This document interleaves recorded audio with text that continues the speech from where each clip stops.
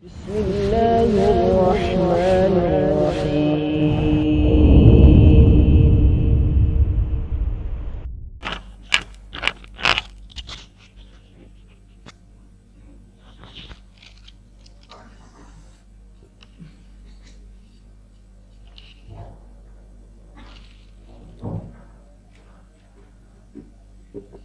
Bismillahirrahmanirrahim. Assalamualaikum warahmatullahi wabarakatuh. Alhamdulillahi rabbil alamin. Hamdan na'imin, hamdan syakirin, hamdan ni'amahu wa yukafi'u mazidah. Asyhadu an la ilaha illallah wahdahu la syarika lah.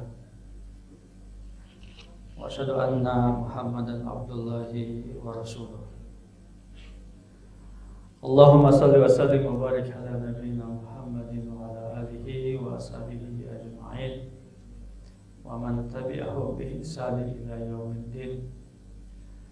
Ya ayyuhalladzina amanu taqullaha haqqa tuqatih wa la tamutunna illa wa antum muslimun.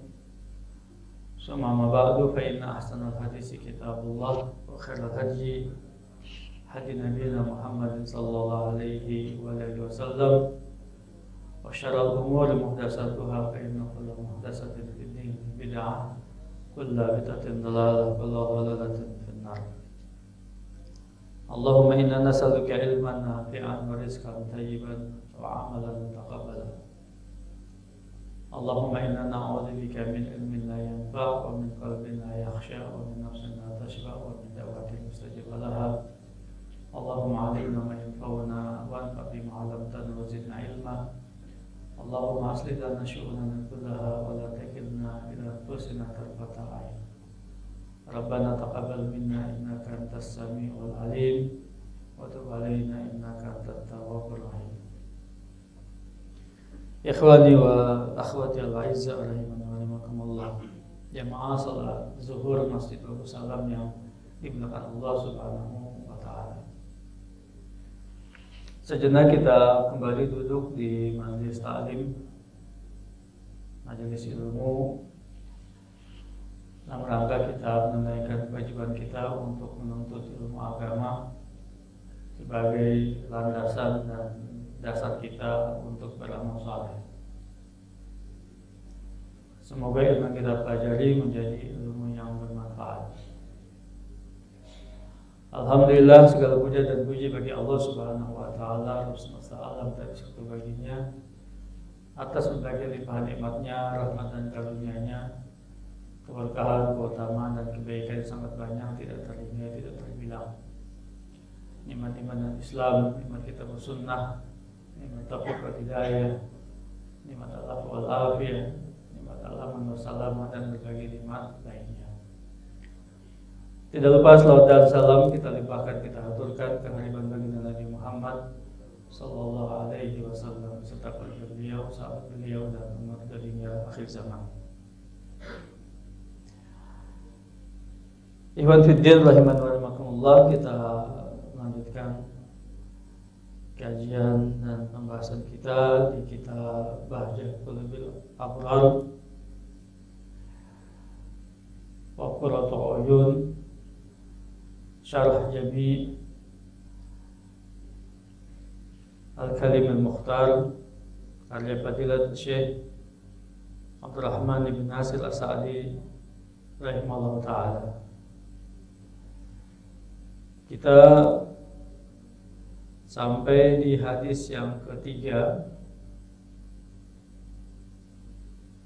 Hadis yang ketiga, qala al-muallifu rahimahullah ta'ala al-hadis salis an Tamim ad-Dari radhiyallahu anhu qala qala Rasulullah sallallahu alaihi wasallam ad-dinu an-nasiha ad-dinu an-nasiha ad-dinu an-nasiha. Qalu liman ya Rasulullah? Qala lillahi wa li kitabihi wa li rasulihi wa li a'immatil muslimina wa ammatihim. Rawahu Muslim. Hadis yang ketiga dari Tamim Ad-Dari radhiyallahu anhu. Ia berkata, Rasulullah sallallahu alaihi wasallam bersabda, agama itu nasihat. Agama itu nasihat, agama itu nasihat. Mereka para sahabat bertanya, untuk siapa ya Rasulullah?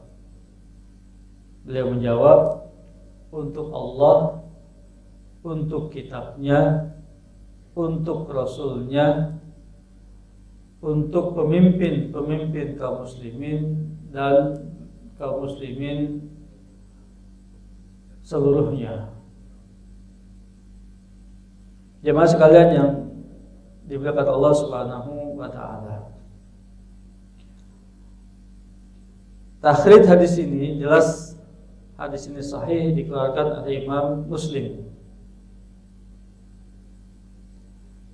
Begitu pula dikeluarkan oleh Imam Abu Daud dalam Al-Adab, lalu Imam Ahmad dalam Musnadnya, dan dikeluarkan pula oleh Imam Nasai dalam Sunan Nasai di kitab Al-Bai'ah. Dari sahabat Tamim Ad-Dari radhiyallahu anhu.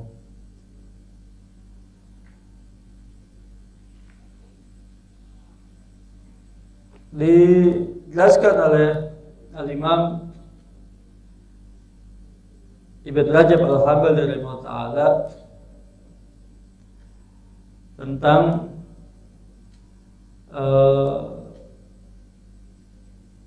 Tamim Ad-Dari, ya. Beliau adalah yang meriwayatkan hadis tentang keberadaan Dajjal, Al-Masih Ad-Dajjal, ya. Jadi kalau antum membaca tentang fitnah akhir zaman, tentang kemunculan Dajjal dan siapa serta bagaimana sifat Dajjal itu, nah itu berasal dari hadis Tamim Ad-Dari, di mana ia menceritakan satu hari ia bersama beberapa temannya menaiki sebuah perahu sampan, ya, Teluk Arab, ya. Kemudian ditimpa oleh atau diterjang oleh badai, ya, yang sangat besar, ya, angin, gelombang dan sebagainya. Terdamparlah perahu itu di sebuah pulau, ya. Tanpa disebutkan itu, ya, pulaunya itu di arah mana, begitu kan. Teori itu yang berkembang, sebagian orang belakangan, ya, mencoba untuk menduga bahwa pulaunya adalah pulau Socotra. Dia lebih dekat ke Ethiopia, tetapi masuk ke dalam wilayah kekuasaan Yaman. Nah, lalu beliau masuk ke dalam pulau tadi, ya. Beberapa saat berjalan, bertemulah Jasasa, ya. Satu makhluk Jasasa, dan terjadi dialog di antara mereka berdua. Qadarullah masyafa'al, ya, Allah yang mentakdirkan terjadinya percakapan di antara mereka. saling bertanya siapa dan siapa. Maka dia menjawab, aku jasasa, ya, yang menjaga pulau ini dan menjaga orang yang berada dalam gua itu. Sementara siapa kalian? Maka dijawab bahwasanya kami dari Arab, ya, terdampar ke pulau ini begini dan begini dan begini. Lalu jasa juga bertanya tentang keberadaan negeri Arab dan tentang Nabi akhir zaman. Maka semua disilakan oleh Tamim Ad-Dari. Dan diajaklah Tamim Ad-Dari ini masuk dalam gua untuk melihat orang yang sedang terbelenggu di dalamnya dengan sifat-sifatnya, ya, yaitu Dajjal itu. Semua, ya, kisah itu terungkap dalam banyak kitab-kitab hadis. Lalu kembalilah Tamim Ad-Dari ke Madinah dan menceritakan apa yang dialaminya. Maka Nabi SAW mengatakan tidaklah seorang nabi kecuali memperingatkan kaumnya tentang fitnah Al-Masih Dajjal. Itulah Dajjal, dan dia akan tetap dalam keadaan seperti itu, akan keluar di akhir zaman ketika tidak lagi disebut nama Allah Subhanahu wa Ta'ala. Hadis sahih, ya. Artinya dalam keyakinan Ahlussunnah bahwa Dajjal adalah sosok makhluk sebagaimana disilakan oleh sahabat Tamim Ad-Dari tadi. Ya.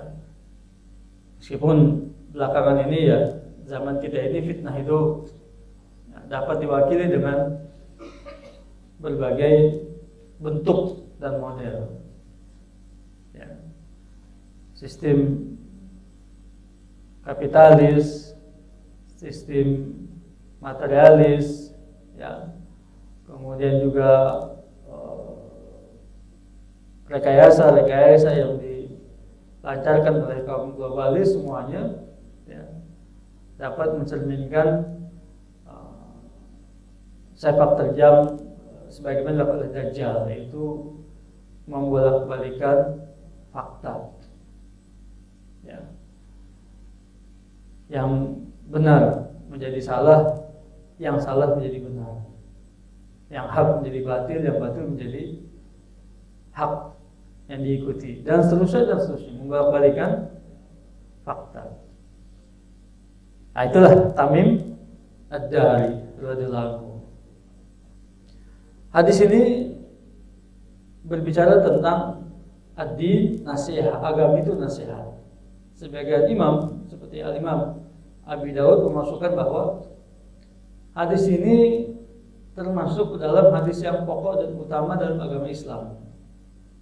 1 dari 4 hadis, bersama dengan hadis Umar bin Khattab yang pertama yang sudah kita bahas pekan lalu, kemudian hadis Aisyah radhiyallahu anha, kemudian dengan hadis Nu'man bin Bashir yang akan kita bahas, dan hadis Tamim Ad-Dari, ya. 1 dari 4 hadis yang merupakan poros utama, fondasi landasan utama dalam agama Islam. Kemudian redaksi sabda Nabi yang membatasi bahwasanya agama itu adalah nasihat, seperti hadis Nabi yang lain ketika beliau mengatakan tentang haji, al-hajju Arafah. Haji itu adalah wukuf di Arafah. Al-hajju Arafah. Haji itu adalah wukuf di Arafah.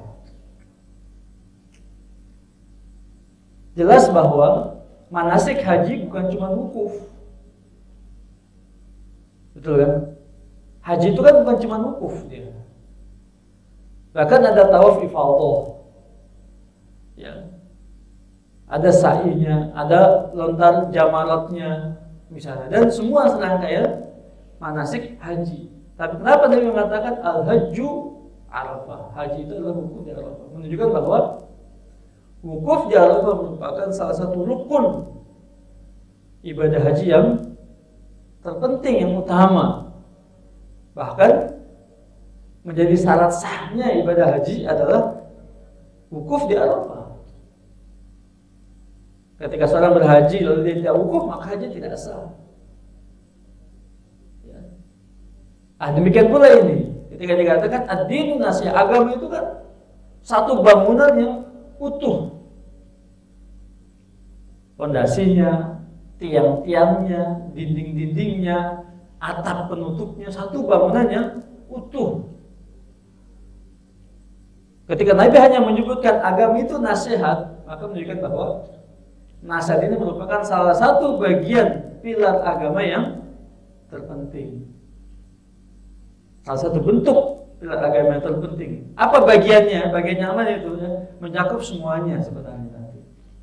Ketika pembahasan berikutnya mencakup semuanya. Meskipun nasihat itu merupakan bagian daripada dakwati ilallah, bagian daripada dakwah. Dan para ulama kita menyebut dakwah itu tempatnya dalam bangunan Islam adalah di atap, atas atap, bersamaan dengan jihad. Ya. Di dakwah itu ya, dalam bangunan Islam posisinya berada di atap dia, di atas penutup, ya, penutup bangunan di bangunan Islam. Ya, bersamaan dengan jihad fisabilillah. Dia yang menjaga eksistensi ya bangunan tadi ya, yang melindungi ya, semua elemen-elemen bangunan itu dan orang yang berada di dalamnya. Ya, itu dakwah ilallah dan nasihat bagian dari dakwah ilallah. Namun jika melihat penjelasan berikutnya ya, ketika Nabi ditanya untuk siapa nasihat itu, beliau menyebut untuk Allah, untuk kitabnya, untuk Rasulnya, untuk memimpin kaum muslimin dan umat Islam seluruhnya, maka ini menyakup seluruh bagian bangunan agama Islam. Jemaah sekalian yang Allah tabaraka wa taala, nasihat ya, ini kan sudah terserap dalam bahasa Indonesia. Ya, nasihat ini sudah terserap dalam bahasa Indonesia. Ya. Saya ada tambahan nasihat yang bijak. Ya. Kemudian kita terjemahkan surat Al-Asri itu dengan kalimat nasihat, saling menasihati di dalam kebenaran dan saling menasihati di dalam kesabaran. Wal asri innal insana lafi khusr illa alladziina aamanu wa 'amilus shalihati wa tawasau bil haqqi wa tawasau bis sabri. Kita terjemahkan dengan apa? Saling menasihati. Padahal kalimatnya menggunakan tawasau. Tawasau itu berasal dari kalimat wasiat, wasal. Wasiat. Ya. Berasal dari wasiat. Berarti sinonim antara nasihat dan wasiat. Gitu. Nasihat dan wasiat sinonim maknanya, pengertiannya untuk hal-hal yang verbal ya, untuk komunikasi bahasa ungkapan ya, yang disampaikan, maka makna ini menjadi sinonim. Meskipun kalimat wasiat ini punya makna yang lebih luas dari nasihat. Wasiat itu punya makna yang lebih luas dari nasihat. Seperti misalnya apa? Wasiat dalam warisan. Itu beda itu Pak dengan wasiat yang artinya nasihat gitu. Ya. Kan disebutkan di hadis Nabi, la wasiyata liwarisin. Ahli waris itu tidak berhak mendapatkan harta wasiat. Loh, apa nama harta wasiat itu? Ya. Harta wasiat itu adalah harta yang diberikan oleh si mayit kepada orang yang diinginkan atau kepada pihak yang diinginkan untuk mendapatkan bagian dari hartanya selain dari apa yang diterima oleh ahli waris. Gitu. Misalnya dia berwasiat nih sebagian hartanya diberikan ke masjid untuk wakaf, ke panti asuhan, anak yatim piatu, untuk membelikan Al-Quran, untuk pembangunan masjid dan sebagainya. Itu namanya wasiat dari harta yang ditinggalkan oleh si mayit. Dan tidak boleh jumlahnya lebih dari sepertiga harta wasiat itu. Ya, tidak boleh jumlahnya dari sepertiga. Harta wasiat itu diberikan kepada selain ahli waris.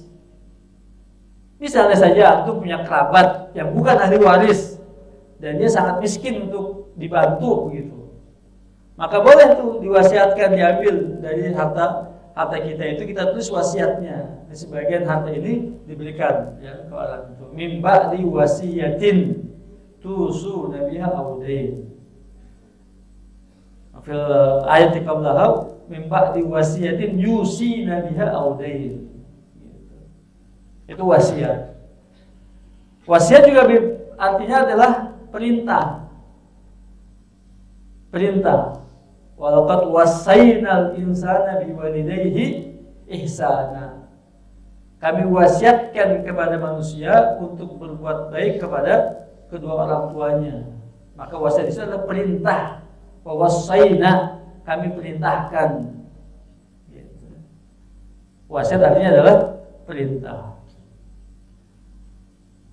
Dan makna-makna wasiat yang lain, gitu kan? Zalikum wasaqum bihi la'allakum tattaqun. Ya, demikian itulah kami wasiatkan kepada kamu agar kamu bertakwa.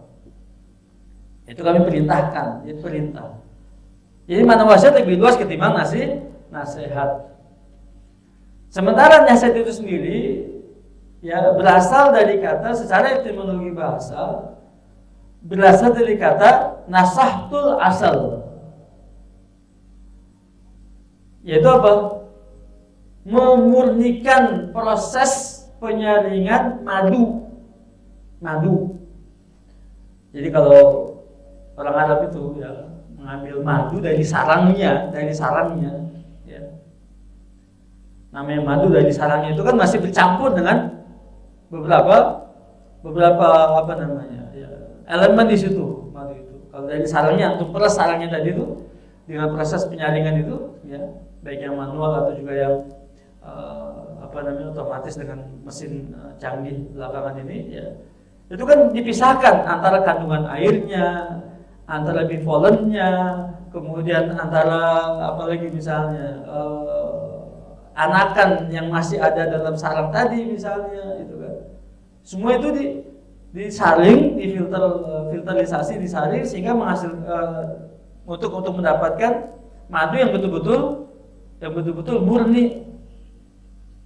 Ya, maka proses tadi disebut dengan nasihat dalam bahasa Arab. Nasahtul asal, memurnikan madu melalui proses penyaringan seperti itu, filterisasi seperti itu. Nah, sehingga muncullah kalimat dalam surat At-Tahrim, ya ayyuhalladzina amanu tubu ilallahi taubatan nasuha. Tubu ilallahi taubatan nasuha. Ini taubatan nasuha, itu. Itu di kalimat nasihat nasuhanya itu. Itu taubat yang apa? Taubat yang murni, taubat yang sebenar-benarnya taubat. Itu kalimat nasihat. Ya, kalau bahasanya seperti itu. Adapun para ulama menyebut bahwa nasihat ini merupakan iradatul khair lil mansuh lahu. Apa maksudnya? Menginginkan kebaikan bagi orang yang meminta nasihat itu. Jadi nasihat itu berupa apa? Berupa anjuran-anjuran, motivasi-motivasi, kemudian wejangan-wejangan, petunjuk-petunjuk, bimbingan-bimbingan, arahan-arahan segala macamnya, agar orang yang dinasihati itu menjadi baik, lebih baik. Ya, coba, ada nggak antum minta nasihat ya, kepada orang siapapun orang itu, lalu yang keluar darinya jelek, ada nggak? Semua nasihat isinya baik, meskipun keluar dari orang yang tidak baik. Coba saja di sana. Ya. Kalau ada orang yang nasihat yang tidak baik, itu bukan nasihat namanya. Ya. Provokasi, menjerumuskan. Bukan nasihat, tapi nasihat itu adalah kebaikan, ya, kebaikan. Meskipun kita minta nasihat itu dari seorang penjahat, dari seorang kriminal, penjahat, ya, pejudi, pemabuk, segala macamnya. Ya, kita minta nasihat darinya, maka yang keluar darinya adalah hal-hal yang baik. Itu nasihat, gitu kan?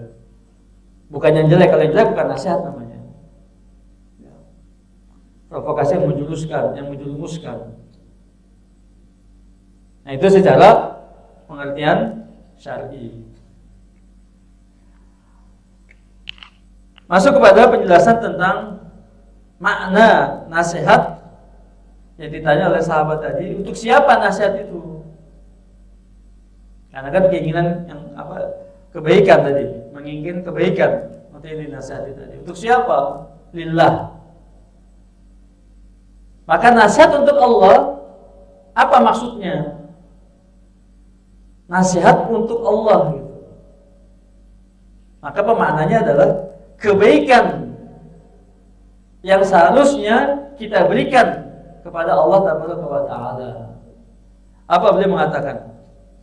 Fan-nasihatu lillahi al-i'tirafu bi wahdaniyatillah wa tafarrudihi bi sifatil kamali ala wajhin la yushariku fiha musharikun bi wajhin min al-wujuh wal qiyamu bi ubudiyatihi zahiran wa batinan wal inabatu ilaihi kulla waqtin bil ubudiyati wa talab raghbatan wa rahbatan wa taubati wal istighfar daim li'anna al-abda la budda lahu min at-taqsir fi syai' min wajibatillah أو تجرؤ على بعض المحرمات وبالتوبة اللازمة أو بالتوبة الملازمة والاستغفار الدائم يتجبر نفسه ويتم عمله وقوله. Nasihat untuk Allah maksudnya adalah mengakui keesaan Allah, ya. Wahdaniyah, keesaan Allah wa tafarrudihi, dan keberhakannya terhadap sifat-sifat kesempurnaan, ya. Sifat-sifat kesempurnaan yang tidak disekutukan atau yang tidak disekutui, yang tidak tidak diikuti oleh siapapun juga sekutu-sekutu itu, ya. Dari sisi manapun juga, dari aspek manapun juga. Jadi mengesahkan, mengakui tentang keesaan Allah Taala bahwasanya Dia satu-satunya saja.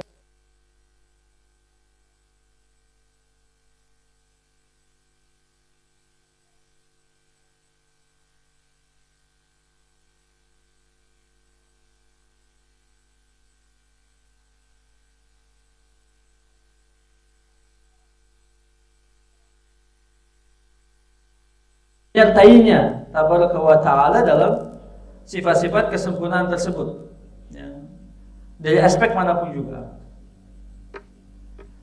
Lalu seorang hamba beribadah kepadanya secara zahir dan batin,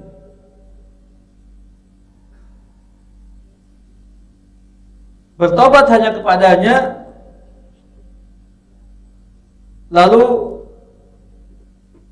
beristighfar, mohon ampun yang terus menerus.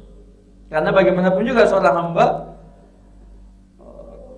pasti akan kurang dalam melaksanakan, menunaikan kewajiban-kewajibannya kepada Allah Taala, dan boleh jadi dia melanggar beberapa keharaman yang telah ditentukan oleh Allah Taala. Maka dengan taubatnya dan istighfarnya yang terus menerus, ini dapat menutupi kekurangannya dan menyempurnakan perbuatannya dan juga perkataannya. Kesimpulannya, Nasihat pada Allah Taala adalah mentauhidkannya, mentauhidkan Allah dalam rububiyahnya, dalam uluhiyahnya, dan dalam asma dan sifatnya, serta tidak menyekutukannya dengan sesuatu apapun juga. Pada saat yang bersamaan, ketika dia menunaikan kewajiban-kewajiban itu penuh dengan berbagai kekurangan-kekurangan, maka si hamba bertaubat dan beristighfar kepada Allah Subhanahu wa ta'ala. Berarti apa maksudnya di situ? Ya, kita berikan kebaikan untuk Allah. Apa yang baik untuk Allah? Tauhid. Apa yang baik untuk Allah? Ibadah. Apa yang baik untuk Allah? Taubat dan istighfar kita. Nah, semuanya itu adalah kebaikan-kebaikan yang kita berikan kepada Allah Subhanahu wa ta'ala. Ya. Itu mana nasihat untuk Allah. Yang kedua, nasihat untuk kitabnya. Fabihifzihi wa tadabburihi wa ta'allum alfazihi wa ma'anihi wal istihadu fil amali bihi fi nafsihi wa fi ghairihi. Dengan menghafalnya, mentadaburinya, mempelajari lafaz-lafaz dan maknanya, bersungguh-sungguh dalam mengamalkannya pada diri sendiri dan orang lain. Nah, ini semua yang baik untuk kitab Allah. Ya, yang baik untuk kitab Allah apa? Ya, kita membacanya, kita menghafalnya, kita mentadaburinya. Ya. Kemudian kita mempelajari isi dan kandungannya, dan pada puncaknya mengamalkan semua yang Allah perintahkan di dalamnya dan menjauhi semua larangan yang Allah sebutkan di dalamnya, baik pada diri kita sendiri atau juga kepada orang-orang yang menjadi kewajiban tanggungan kita dan pada orang lain. Maka semua itu adalah baik untuk kitabullahi azza wa jalla.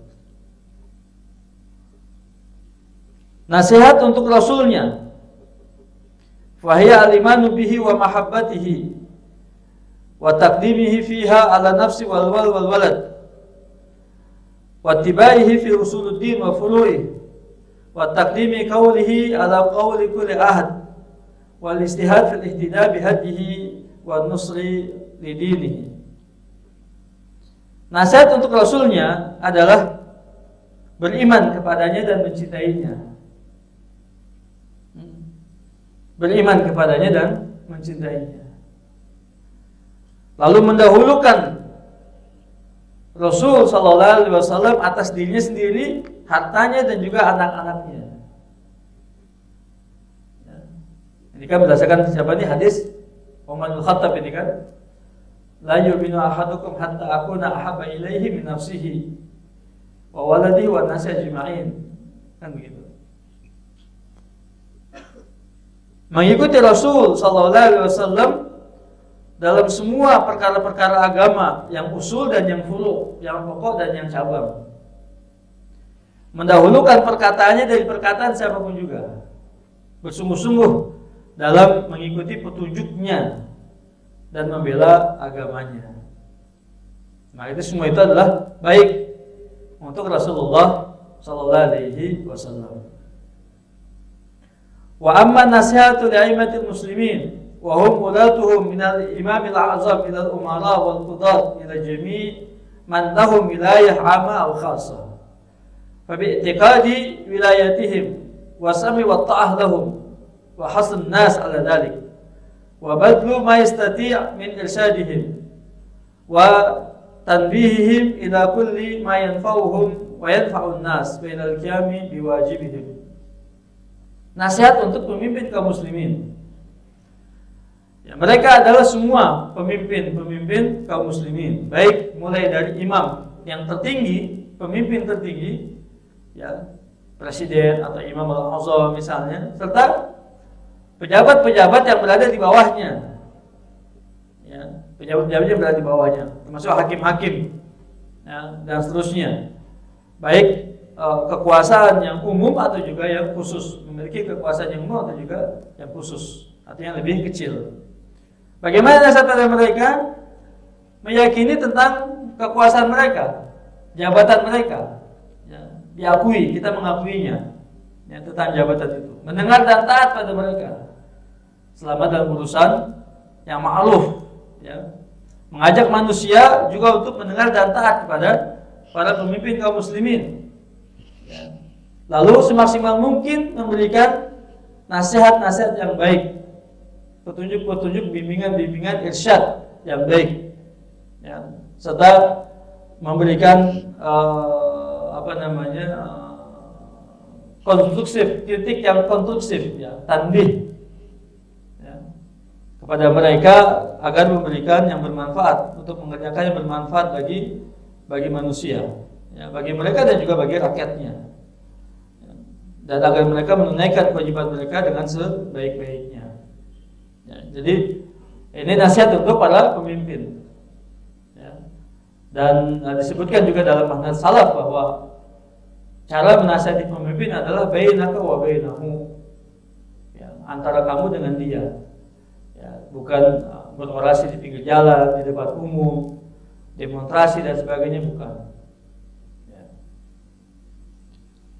Dan yang terakhir, nasihat kepada kaum muslimin pada umumnya, bi an yuhibba lahum ma yuhibbu li nafsihi wa yakrah lahum ma yakrahu li nafsihi wa yas'a fi dhalika bihasabil imkan, fa inna man ahabba syai'an sa'alahu wastahada fi tahqiqihi wa takmilihi. Maka nasihat bagi kaum muslimin pada umumnya adalah mencintai mereka sebagaimana mencintai diri sendiri, membenci untuk mereka sebagaimana benci untuk dirinya sendiri, ya. Berusaha semaksimal mungkin untuk mewujudkan semuanya itu, karena siapa yang mencintai sesuatu dia akan berupaya untuk menggapainya, bersungguh-sungguh untuk mewujudkannya. Ya, ini juga seperti hadis Nabi SAW, la yu'minu ahadukum hatta yuhibba li akhihi ma yuhibbu li nafsihi. Dan ini bagian daripada al-ukhuwah al-imaniyah. Innamal mu'minuna ikhwah fa aslihu baina akhwaykum wattaqullaha la'allakum turhamun. Sesungguhnya orang yang beriman itu bersaudara, ya. Maka damaikanlah di antara dua orang saudara kalian yang sedang bertikai. Bertakwalah kepada Allah, semoga kamu mendapatkan rahmatnya. Nah, ikhwan sekalian yang Allah Taala, inilah makna dari agama itu, nasihat, kebaikan-kebaikan yang diinginkan untuk Allah, untuk kitabnya, untuk Rasulnya, dan juga untuk pemimpin-pemimpin kaum muslimin dan kaum muslimin seluruhnya. Demikian penjelasan hadis yang keempat ini, yang mudah-mudahan bermanfaat buat kita semua. Subhanaka Allahumma bihamdika asyhadu an la ilaha illa anta astaghfiruka wa atubu ilaik. Wa sallallahu alaihi Muhammad wa ala alihi wa sahbihi wasallam. Assalamualaikum warahmatullahi wabarakatuh.